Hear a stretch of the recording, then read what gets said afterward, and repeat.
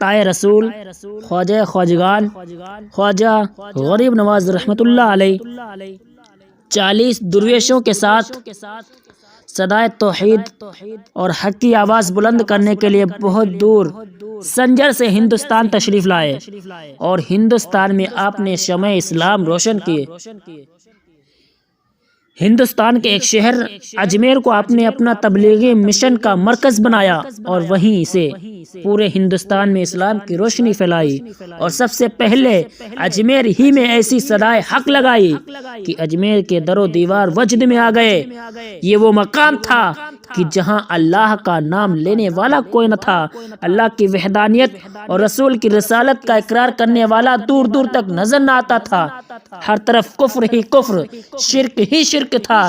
ایسے ماحول میں آپ نے درویشوں کے ہمراہ انا ساگر کے قریب فروکش ہوئے اور وہیں قیام فرمایا۔ آپ نے دیکھا کہ تالاب کے چاروں طرف مندر ہی مندر ہیں اور ان مندروں سے گھنٹیوں کی آوازیں آ رہی ہیں، بڑے بڑے پنڈت پوجا پاٹ میں لگے ہوئے ہیں۔ خواجہ غریب نواز رضی اللہ تعالیٰ عنہ نے اسلام کی تبلیغ شروع فرمائی اور سب سے پہلے اجمیر کے حاکم راجہ پرتھوی راج کو کلمے پڑھنے کی دعوت دی۔ راجہ پرتھوی راج آپ کے حق و صداقت کا پیغام قبول کرنے کے بجائے آپ کا جانی دشمن ہو گیا اور طرح طرح کی ایذائیں دینی شروع کی، حتیٰ کہ ایک وقت وہ بھی آیا کہ راجہ پرتھوی نے آپ کے لیے انا ساگر کا پانی ممنوع قرار دے دیا اور تالاب کے کنارے سپاہیوں کی فوج کھڑی کر دی اور سخت پہرا بٹھا دیا۔ آپ کے غلام میں سے کچھ لوگ تالاب سے پانی لینے کے لیے گئے تو ان سپاہیوں نے ان لوگوں کو پانی لینے سے روک دیا اور دھکا دے کر گھاٹ سے باہر کر دیا۔ خادموں نے خواجہ غریب نواز رحمت اللہ علیہ کے پاس آ کر سارا واقعہ عرض کیا۔ خواجہ غریب نواز رضی اللہ تعالیٰ عنہ جلال میں آئے اور ان لوگوں سے لڑنے جھگڑنے کے بجائے اپنے خادم کو کوزہ دے کر فرمایا، جاؤ انا ساگر سے کہو کہ معین الدین تمہیں اپنی بارگاہ میں بلا رہے ہیں۔ مرید نے حکم کی تعمیل کی اور انا ساگر کے قریب جا کر خواجہ کا حکم سنایا۔ آپ کا حکم سننا ہی تھا کہ تالاب کا سارا پانی خواجہ غریب نواز کے کاسے میں آ گیا اور تالاب میں پانی کا ایک قطرہ بھی نہ باقی رہا۔ تالاب میں ایک پانی کا قطرہ بھی باقی نہ رہا، صرف تالاب کا پانی بلکہ شہر کے تمام کنویں بھی خشک ہو گئے تھے، حتیٰ کہ گائے کے تھنوں کا دودھ اور ماں کے سینوں کا دودھ بھی خواجہ کے پیالے میں چلا آ گیا۔ لوگ پریشان ہو گئے، مخلوق خدا پانی کے ایک ایک بوند کو تڑپنے لگی، بچے بھوک سے بلگنے لگے۔ مجبور ہو کر وہ لوگ بارگاہ خواجہ میں آ کر اپنی غلطی کی معافی چاہی اور خواجہ غریب نواز رضی اللہ تعالیٰ عنہ کو رحم آ گیا اور فرمایا، آئندہ تم لوگ ایسی غلطی نہ کرنا۔ پھر آپ نے اپنے مرید کو وہی لوٹا دے کر بھیجا اور کہا، جاؤ اسی لوٹے کا پانی اسی تالاب میں ڈال دو۔ پانی ڈالنا تھا کہ تالاب پہلے کی طرح پانی سے بھر گیا۔ مجھے کہہ لینے دیا جائے کہ اجمیر کے خواجہ کا یہ عالم ہے تو مدینے کے راجہ کا عالم کیا ہوگا۔ جب غلام مصطفیٰ کی یہ طاقت ہے تو مصطفیٰ جان رحمت کی قوت و طاقت کا عالم کیا ہوگا۔ جب ان کے گدا بھر دیتے ہیں شاہان زمانہ کی جھولی، محتاج کا جب یہ عالم ہے مختار کا عالم کیا ہوگا۔ حضرات، جس روز حضرت خواجہ غریب نواز رضی اللہ تعالیٰ عنہ کی یہ کرامت ظاہر ہوئی، اسی روز تقریباً 22,000 لوگوں نے کلمہ پڑھا اور کلمہ پڑھ کر مسلمان ہو گئے۔ تبلیغ اس کا نام ہے۔ کبھی آپ نے دیکھا ہے کہ یہ بڑیا بستر والے کسی غیر مسلم کو مسلمان بنائے ہوں؟ ہاں، یہ مسلمانوں کو روح ایمان سے محروم تو ضرور کرتے ہیں اور سیدھے سادھے مسلمانوں کے دلوں سے مصطفیٰ صلی اللہ علیہ وسلم کی محبت و عظمت نکال دیتے ہیں۔ کبھی آپ نے دیکھا کہ یہ دیو کے بندے گھنٹے بجانے والوں کے پاس گئے ہوں پیشاب کھڑے ہو کر پیشاب کرنے والوں کو سمجھایا ہو، پھر بھی چیخ چیخ کر کہتے ہیں، اعلان کرتے ہیں کہ اسلام تو ہم پھیلا رہے ہیں، تو مجھے کہہ لینے دیا جائے کہ اسلام ان ملاؤں سے نہیں پھیلا ہے بلکہ اسلام اللہ والوں سے پھیلا ہے۔ حضرات، ایک نکتے کی بات گزار کر دیتا ہوں، ان بوریا بستر والوں کی تبلیغ کی حقیقت کیا ہے اور اس تبلیغ کے پیچھے ان کا مقصد کیا ہے، اس کو ذہن نشین کر لیجئے، کام آئے گا۔ امریکہ کا نام سنا ہوگا، یہ اسلام کا سب سے بڑا دشمن ملک ہے، مسلمانوں کا سب سے بڑا حریف ہے، ہمیشہ ان کی نظروں میں اسلام اور مسلمان کھٹکتا رہتا ہے، مسلمان کی ترقی کا دشمن ہے۔ جبھی تو ان ناہنجاروں نے افغانستان کو برباد کیا، عراق کو تباہ کیا ہے۔ ٹھیک اسی طرح ان بدعقیدوں کی پلاننگ ہے کہ جس محلے میں سنیت کی ترقی ہوتی ہے یہ اسی محلے میں چھاپا مارتے ہیں اور مسلمانوں کے عقید و ایمان پر ڈاکہ ڈالتے ہیں اور سنیوں کے محلے میں جاتے ہیں اور ان محلوں کو نشانہ بناتے ہیں جہاں خواجہ کی چھٹی منائی جاتی ہے، بڑے پیر کی 11ویں منائی جاتی ہے، جہاں لوگ جشن عید میلاد النبی مناتے ہیں، فاتحہ پڑھتے ہیں اور اپنے آقا صلی اللہ علیہ وسلم کے نذرانے درود و سلام پہ نذرانے پیش کرتے ہیں، جہاں لوگ اولیاء اللہ کے آستانوں پر حاضری دیتے ہیں، وہاں جا کر یہ وہابڑے میٹھی میٹھی باتیں بول کر الٹی منطق پڑھاتے ہیں اور ذہن دیتے ہیں کہ خواجہ کی چھٹی جائز نہیں، بڑے پیر کی 11ویں درست نہیں، نذر و نیاز کا اسلام میں کہیں ثبوت نہیں ملتا، صلوات و سلام کھڑے ہو کر پڑھنا جائز نہیں ہے، ولیوں کے مزارات پر جانا بدعت ہے، چادریں چڑھانا بدعت ہے۔ تو معلوم ہوا کہ ان غداروں کی تبلیغ بس یہی ہے کہ بھولے بھالے مسلمانوں کو خواجہ کی چھٹی سے روک دیا جائے، شہنشاہ بغداد کی 11ویں سے لوگوں کو روک محروم کر دیا جائے۔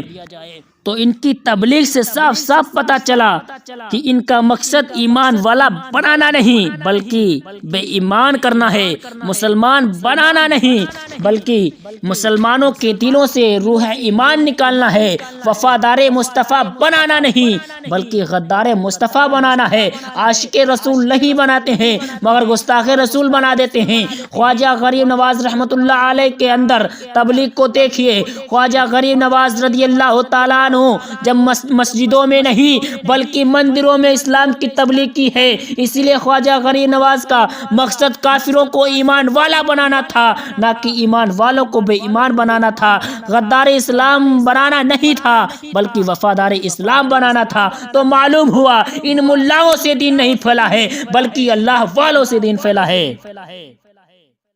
راجہ پرتھوی راج نے جب خواجہ غریب نواز رحمت اللہ علیہ کی طاقت و قوت کو دیکھا تو اس کا ہوش اڑ گیا، کیونکہ پورے تالاب کا پانی ایک کشکول میں کر دینا یہ کوئی معمولی بات نہ تھی۔ پرتھوی راج بے ایمان تھا، کافر تھا، ولایت کی حقیقت کو نہ سمجھ سکا۔ جب ولایت کی حقیقت یہ دین کے ٹھیکیدار نہ سمجھ سکے وہ تو کافر تھا۔ اس نے خیال کیا کہ یہ درویش بہت بڑا جادوگر ہے، جادو کی طاقت سے کمال دکھا رہا ہے اور لوگوں کو اپنے قریب کر رہا ہے۔ پرتھوی راج نے سوچا اور فیصلہ کیا کہ لوہے کو لوہے سے کاٹا جا سکتا ہے، اس لیے اس درویش کے مقابلے میں نامور جادوگر کو لایا جائے۔ اس وقت ملک کا سب سے طاقتور جادوگر جے پال جوگی تھا، اس لیے جے پال جوگی کو بلایا تاکہ وہ اپنے ساحرانہ کمال سے، اپنی جادو کی طاقت سے درویش کی طاقت کو ختم کر دے۔ چنانچہ جے پال جوگی کو ساری بات بتائی گئی اور درویش کے حالات سے آگاہ کیا گیا۔ جے پال جوگی نے پرتھوی راج سے کہا، مہاراج اب آپ کو گھبرانے کی ضرورت نہیں ہے، پریشان ہونے کی ضرورت نہیں ہے، یہ ہمارے منٹوں کا کھیل ہے، ہماری طاقت کے سامنے درویش کی طاقت کام نہیں آ سکتی ہے۔ پرتھوی راج جے پال جوگی کی بات پر خوش ہو گیا۔ جے پال جوگی اپنے سینکڑوں شاگردوں کے ساتھ خواجہ غریب نواز رحمت اللہ علیہ کے پاس آیا۔ ہر ایک کے ہاتھ میں آگ اگلنے والے سانپ تھے۔ خواجہ غریب نواز رحمت اللہ علیہ نے جب ان ساحروں کی بدتمیزی دیکھی تو اپنے مریدوں کے ارد گرد حصار کھینچ دی تاکہ آپ کے رفقا ان ساحروں کی شرارت سے محفوظ و مامون رہیں۔ خواجہ غریب نواز رحمۃ اللہ علیہ ان لوگوں سے فرماتے ہیں کہ تم لوگ وافد چلے جاؤ اور درویشوں کو تنگ مت کرو۔ ساحروں نے جب خواجہ غریب نواز رحمۃ اللہ علیہ کی باتیں سنی اور زیادہ شرار انگیز ہو گئے، خواجہ غریب نواز رحمۃ اللہ علیہ جلال میں آئے اور زمین سے ایک مٹی کی خاک اٹھا کر پھینکی۔ مٹی اٹھا کر پھینکنا ہی تھا کہ سارا جادو ختم ہو گیا۔ اب نہ آگ اگلنے کے آگ کے شعلے رہ گئے ہیں، نہ شیروں اور نہ سانپوں کا زور رہ گیا ہے۔ جادوگر کے چہروں پر ہوائیاں اڑنے لگی اور ہمت جواب دینے لگی۔ جے پال جوگی نے سوچا اگر زمینی حملے سے زیر نہ کر سکا، زمینی حملے سے شکست نہ دے سکا تو آسمانی حملے سے ضرور شکست دے گا۔ چنانچہ بڑے غرور و گھمنڈ کے ساتھ اس نے ہوا میں اڑنا شروع کیا۔ خواجہ غریب نواز رحمۃ اللہ علیہ نے اپنے مریدوں سے فرمایا دیکھو وہ کہاں تک گیا ہے؟ مریدوں نے کہا حضور بہت دور چلا گیا ہے۔ فرمایا اب دیکھو کہاں تک گیا ہے؟ عرض کیا حضور اتنی بلندی پر چلا گیا ہے اب نظر بھی نہیں آتا۔ غریب نواز رحمۃ اللہ علیہ نے اپنے کھڑاؤں کو ہوا میں پھینکا اور فرمایا اے کھڑاؤں جا اسے تلاش کر کے لا۔ خواجہ غریب نواز رحمۃ اللہ علیہ کا بھیجا ہوا کھڑاؤں ہواؤں کو چیرتا ہوا فضاؤں سے ٹکراتا ہوا جے پال جوگی تک پہنچا اور اس کی کھوپڑی پر ضرب لگاتا ہوا نیچے لانا شروع کیا۔ کھڑاؤں نے کہا اے جے پال جوگی اب تو اوپر نہیں جا سکتا اور جانے کی تجھ میں طاقت بھی نہیں ہے، نیچے چل اور خواجہ غریب نواز کے قدموں میں معافی کی بھیک مانگ۔ غریب نواز کے قدموں میں آنا تھا، ان کے دل کی دنیا بدل گئی، دل سے کفر کی تاریخی چھٹ گئی اور ایمان کا اجالا پھیل گیا۔ عرض کیا حضور میں نے آپ کو مان لیا اور تسلیم کرتا ہوں کہ ایمان کی طاقت اور ہے اور کفر کی طاقت اور ہے، حق کی طاقت اور ہے اور باطل کی طاقت اور ہے۔ حضرات مجھے کہہ لینے دیا جائے کہ جب ایک لکڑی کے ٹکڑے کو غریب نواز کے قدموں سے نسبت ہو جائے تو اس کی طاقت کا یہ حال ہے کہ بغیر پائلٹ اور بغیر پیٹرول کے اتنا اوپر چلا جائے، اس کے مقابلے میں پیٹرول کا جہاز بھی کام نہ کر سکے۔ تو غریب نواز کے قدموں سے لگے کھڑاؤں میں یہ طاقت ہے تو خواجہ غریب نواز میں کتنی طاقت و قوت ہوگی؟ خواجہ کا مقابلہ کون کر سکتا ہے؟ اللہ رب العزت کلام بلیغ میں ارشاد فرماتا ہے الا ان اولیاء اللہ لا خوف علیہم ولا هم یحزنون، بے شک اللہ کے ولیوں کو نہ کوئی خوف ہے نہ کوئی غم ہے۔ جے پال جوگی غریب نواز کے قدموں میں گر جاتا ہے اور پڑھ لیتا ہے اشہد ان لا الہ الا اللہ وحدہ لا شریک لہ واشہد ان محمدا عبدہ ورسولہ اور مسلمان ہو جاتا ہے۔ تو معلوم ہوا اسلام ان وہابی ملاؤں سے نہیں پھیلا ہے بلکہ اسلام اللہ والوں سے پھیلا ہے، بزرگوں کے فیضان نظر سے پھیلا ہے۔ حضرات آج ہندوستان میں یہ ٹوپیاں جو نظر آ رہی ہیں مجھے کہہ لینے دیا جائے یہ انہی خواجہ غریب نواز کا صدقہ ہے۔ جو مسجدوں کے بلند مینارے جو نظر آ رہے ہیں یہ عطائے رسول کا صدقہ ہے، یہ محراب و منبر غریب نواز کی دین ہے، غریب نواز کا صدقہ ہے، یہ خانقاہ غریب نواز کا صدقہ ہے، اسی کا نام اسلام کی تبلیغ ہے۔ کون غریب نواز؟ وہ غریب نواز جن کی زندگی بہت سادی تھی۔ کون غریب نواز؟ وہ غریب نواز جن کا لباس پیوند تھا۔ کون غریب نواز؟ ارے وہ غریب نواز جن کی خوراک سوکھی روٹی تھی۔ کون غریب نواز؟ ارے وہ غریب نواز جن کے رہنے کے لیے ایک صحیح جھوپڑی بھی نہیں تھی۔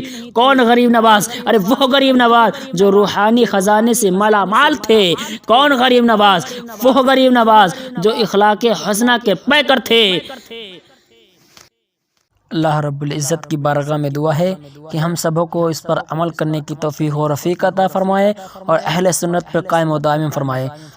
استغفر اللہ ربی من کل ذنب واتوب الیہ وما علینا الا البلاغ۔ السلام علیکم۔